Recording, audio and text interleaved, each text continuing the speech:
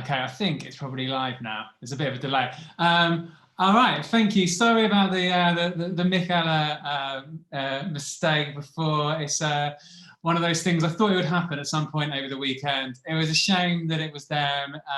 It's a shame that it was the first thing on Saturday. But we're going to carry on with a great afternoon of brilliant non-alcoholic beer, and I'm so pleased to be joined by James from Coast Brewery. Hi James, how's it going? Hello. Yeah, I'm great. Thanks, Robin. Delighted to be here. Good job. Good job putting this on. Cheers. Thank you. I really appreciate you coming on. It's let's open the beer before we go, because your brand is quite familiar. I think like that eye. What? Yeah.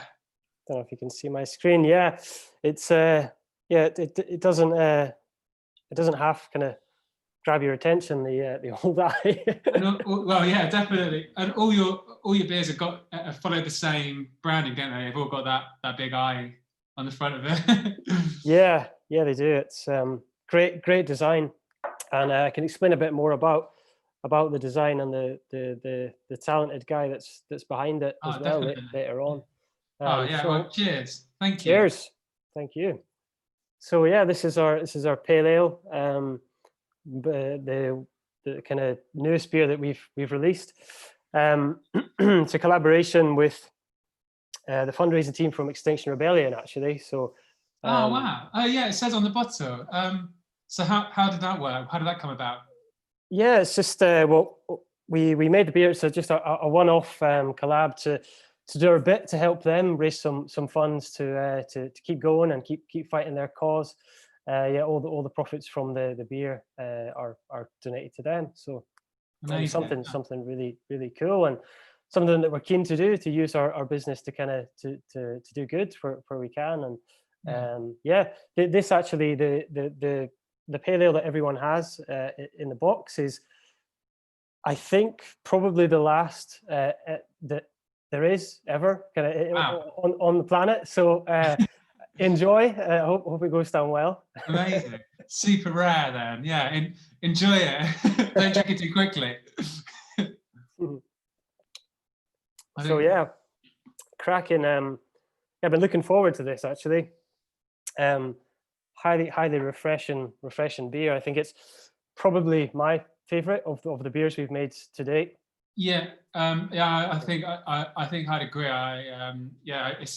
It's so balanced, like that like fruity hoppiness with the bitterness. Like I think it's I think I said to you before we came on, like I had one and then I just opened the second one straight away, because it's so, and that's very rare for me. Yeah, I love it. So what you mentioned, your range. So what else have you got? You've got this new pale ale. What else have you got?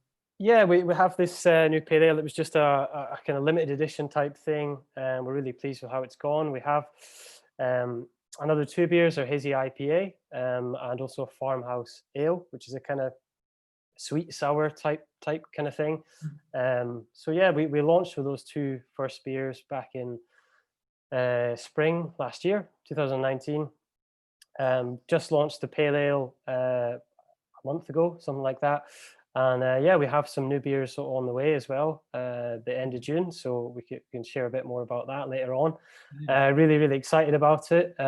It's going to be an IPA and also a double dry hopped IPA. So all the hops, all the juice for the summer. Okay. Yeah, I love our double dried hops. That's amazing. Yeah. I think it's going to be a bit of a kind of face melter in terms of the hop levels that we've put in there. It's something else. So I can't wait to share. Brilliant. Well, so whereabouts are you based? Yeah, we're based in Edinburgh. Beautiful Edinburgh is a great place, great city. We brew our beers with our friends at a brewery in Belgium called De Prof. Fantastic place. It's home to incredible brands like Michaela and Omnipollo. So you're in good company.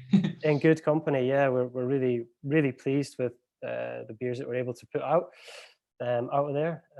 Yeah, it's great. So, I mean, I guess I could start with telling you a bit about my background, or kind of Yeah, how I definitely. got into It'd be this. really interesting. Yeah, how did you get to here? Like what?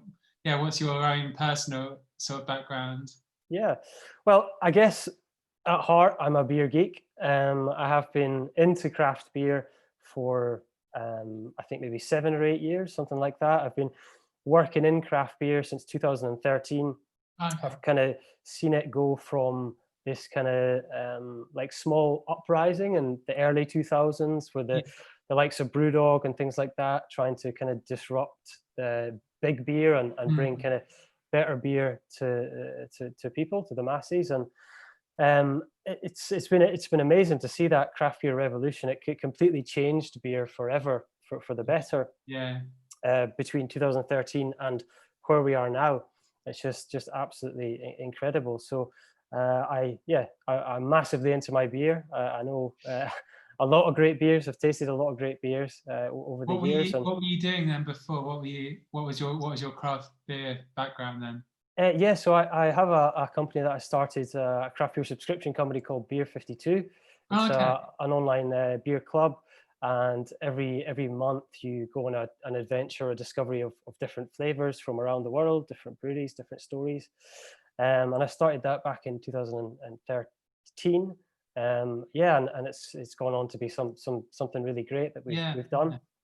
Yeah. And yeah, exposed myself to lots of incredible craft beers, and met some super talented, creative people along the way. So I guess that the reason that I got into alcohol free was because I did dry January, I think, for the first time a couple of years ago now, Mm. and I was kind of I was blown away by how much clarity I had, how great I felt, Yeah. how much better I slept, and yeah, and so much more energy. And I thought, Yeah. wow, this is what a feeling.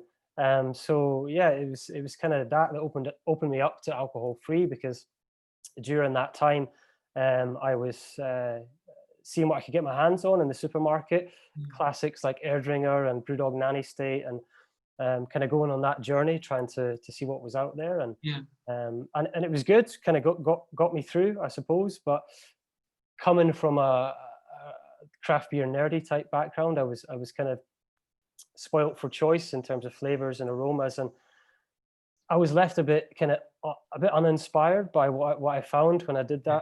that dry Jan. I think, yeah, that's a couple of years ago. You say it was probably a couple of years ago now. Mhm, mhm. Yeah, I think that was sort of just before the big boom, wasn't it? And yeah, that was when you saw a lot coming out, and because of that, the lack of options and what there was just was not very good. Yeah, exactly. And it was kind of one of these things where it was a bit like embarrassing almost to be drinking an alcohol-free beer, or Yeah, if you yeah, go into the pub and you ask for it and you get the Beck's Blue, or yeah, even saying like, can I get a nanny state? It wasn't quite, I don't know, it just felt a little bit embarrassing, or like, yeah, yeah. it's No, sick, yeah, I but think, yeah, yeah. I still think like I don't know. There's still a little bit of that now, and I think like it's only. I think the more you do it, it becomes easier. But I think even now, for a lot of people, there's still that feeling, because you still, for a lot of people, they still got the association of like, I go to a pub, I drink beer, Mm. and it's an alcoholic beer. Like, where then ask for something different. I think, yeah, that would ring true to a lot of people even now. Uh, Yeah, but even more back then, when yeah, like there wasn't the cool branding and there wasn't the good flavors.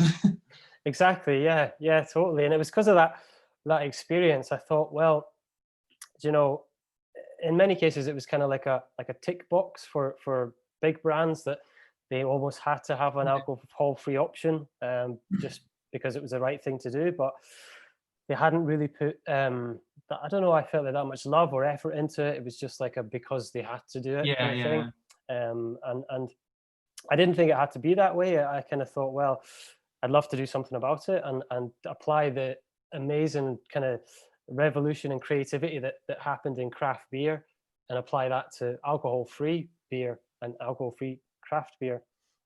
So that was what inspired me to start. Really, I felt like I wanted to contribute something to that and to change it. And you know, for me, having a beer is about a moment. It's like an experience, and it's, you know, you've just had a run, or you've done a hard day's work, and you fancy a beer in the evening, and that it's that moment. And whether it has alcohol or not, for me, was kind of irrelevant. And in many cases, it's not appropriate to have alcohol. You know, you can't, because you're driving, or you're for lifestyle choices, or whatever it might be. But you still want to have that moment of having a beer, and you want it to be a great experience in terms of having a beer. You don't want to have to be like a below par experience just because it doesn't have alcohol. And I felt like from what I tasted, it was a bit like that. So yeah, absolutely, yeah. So what was the sort of time frame between you having this revelation about wanting to produce a amazing non-alcoholic beer to then it actually coming about and you getting it out there? It was about a year that I'd been kind of working on it, working on the idea, testing out different concepts and recipes and things like that. And I guess because I had I've built up a great network of friends in craft beer, which is an amazing community of people support each other, and it's very open and lots of collaborations and things like that. I reached out to my network of friends in craft beer, and that included the team at De Prof, which is the place where we make our beers. They have, you know, just such an incredible setup, so much experience and knowledge, and a real desire to kind of create the highest quality alcohol-free beer that's humanly possible. So I would consider it very, very lucky to be able to work with those guys. And when I kind of pitched some of the ideas for the beers that I wanted us to make, and some of the concepts for the recipes and stuff, they really got on board with it, and they thought it was incredible. And this idea that I think for them, it was, they already had been making alcohol-free beers, but this was the first time that there was going to be like a dedicated craft brand that they would get to work on. And it's been a hell of a first year, and we've done lots of great things together already. We're constantly working on new concepts and tweaking little recipes in the lab. We do it like on a tiny scale to test new ideas. And you know, a lot of the things don't work, but when we get something that does, then we're kind of ready to roll it out. So nice. So you sort of back and forth between Scotland and Belgium then? How does it work? Yeah, when I can. I mean, because of the current situation, we haven't been able to, sadly. But if I can't get there, then the guys were in great hands. So they work up some samples and send it over. Then we feedback, make some changes to the recipes, or some. In some cases, it might just not work at all, and that's okay. That's kind of how it works with those guys. And in terms of the design, I came at it from, again, in craft beer, that the labels are just so amazing. It's a huge part of the experience. People that set the bar, like early days, was Beavertown, and you know, the likes of that, with just the most amazing can designs. And I felt like, I thought that we should do the same with this. Like, it shouldn't have to be a blue label or some kind of like, you know, it's always that sign, and that's the alcohol-free version of that beer that's usually quite okay or good, but now this is the kind of the bad version of it, you know. So I thought, no, it's going to be just amazing, eye-catching, awesome design, something that you can be proud of to kind of stand at the bar and drink and add to the experience that, you know, that when you've got it. So I reached out to James, who is the founder of a graphic design studio called Refold, and he is the genius behind a craft brewery called North Brewing Co.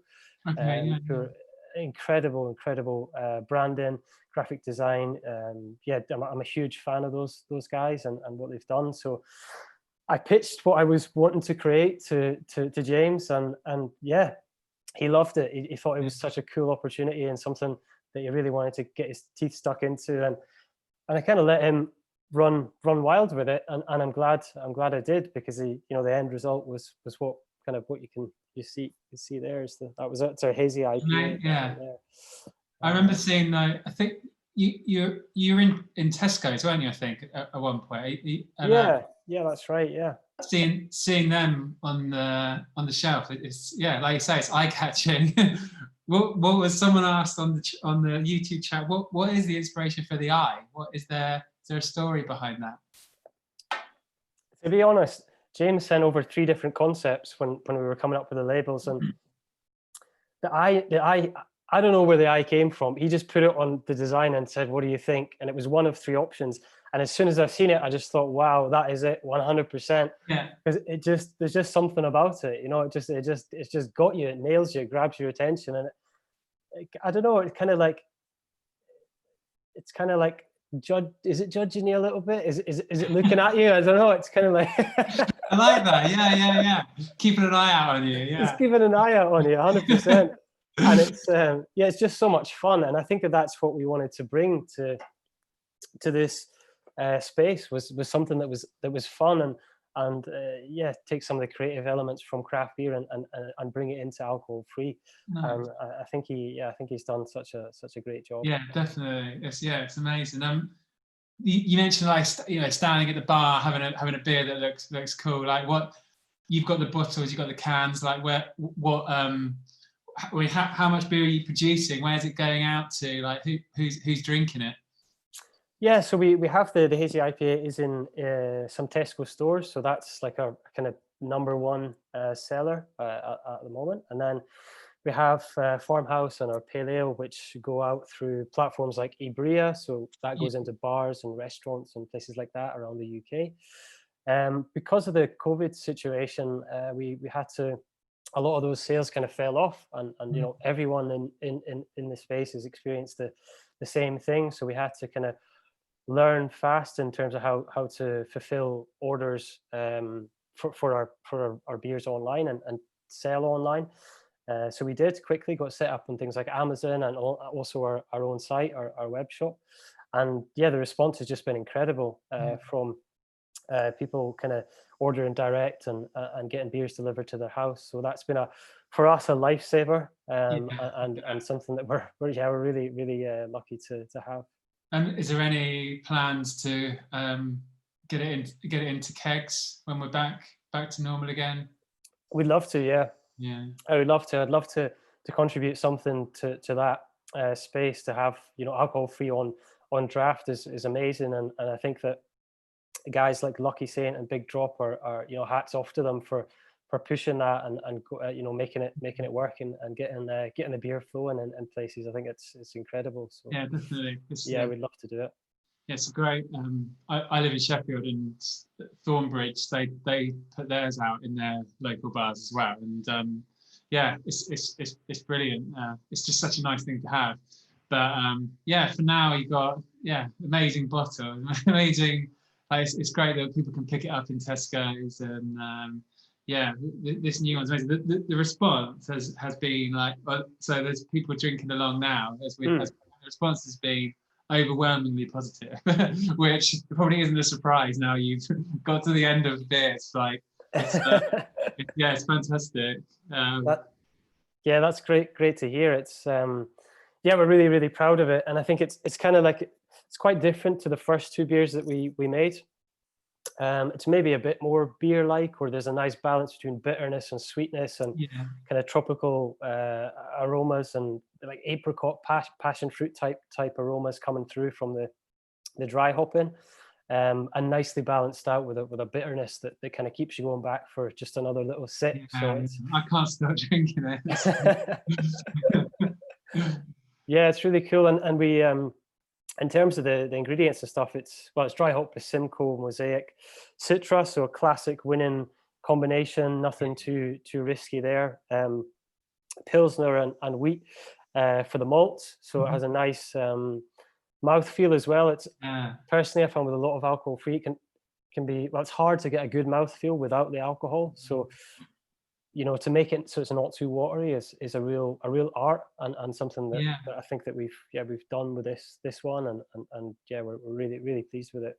Because a lot revert to like the lactose, don't they? But this is Yeah, I guess is this vegan then? Would it be? It is. Yeah, It is 100%. And that's something that will never change. We only ever use all natural ingredients, just water, malted barley, hops, and yeast. We don't. So it is vegan, obviously, and there's no funky ingredients, no artificial flavoring, no lactose to build out that kind of fake mouthfeel body or something. And each to their own. I mean, I think that it's fine if you want to do that. For me personally, I think it's it leaves a kind of funny aftertaste. If you found a way of doing it without it, the results are brilliant. So yeah, don't worry, leave it out. We'll give the cows a break. Did you have something you wanted to share? You got a little video of the brewery. Yeah, I did. Do you want to see if you can get it up, and then let's do it. So here we go. Good to see this. Can you see that? I can just see a red box in the middle at the moment. Okay. I can see it. There you go. Yeah, that's good. Perfect. Cool. Got your eye again. Let's roll it. Yeah.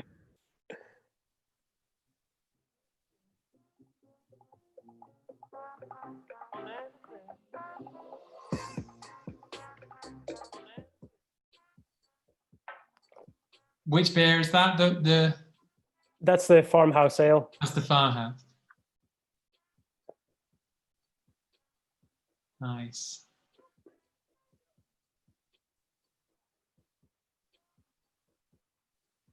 And is this all in? This is all in Belgium. Yeah. Yeah. Amazing.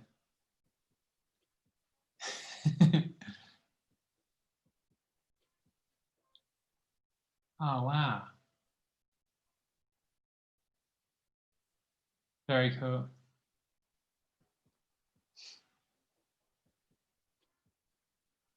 Wow. All right. Well, I'm glad the technology all went smooth there, Robin. It's very exciting. Yeah. It's great to see inside and see how it all takes place. And very good luck with new beers. They sound amazing. Thank you very much. Yeah, it's really exciting. There, I think 26th of June we're gonna have those released. So it's taken the same kind of base recipe that we have for this pale ale that we're drinking now. Yeah, let's see that. And then we've increased to make the IPA. We've added even more hops, so we've increased the hops by 30%. Changed the malt bill just a little bit to create just a tiny extra bit of body to balance out with the extra hops. So that will give us our IPA, and then we've made that exact same recipe, but we've doubled the hops to create a double dry hopped version. So the idea is that you can get the two beers, taste them side by side, and kind of experience how the hop level changes the whole experience in the beer. And we've done loads of tests in the lab on how to get the dosages right for this recipe, and it's just tasting incredible. So I can't wait to share it. Good luck. Any plans to do anything darker anytime soon, or you sticking to We're all about the hops, the hops. That's fair enough. No, I think especially in the summer and stuff, big juicy flavory refreshing beers is what we want. There's some great alcohol-free stouts out there, and hats off to the guys making those, but we'll keep it all about the big juicy hops for now. Good to hear. Thanks so much for joining us, James. It was really insightful and cracking beer, and like I say, it's gone down really well, so thanks a lot. Thank you. Thanks for having us. All the best for the rest of the festival. Thank you. Yeah. Cheers. So next up, we've got Sonia from Jump Ship, and then we're going to have Tempest, and then Brewdog. Well, I was saying to you before, it's a bit of a Scottish theme. I like it. So a lot to look forward to. So thanks again. That was fantastic. Cheers. Cheers, Robin. All the best.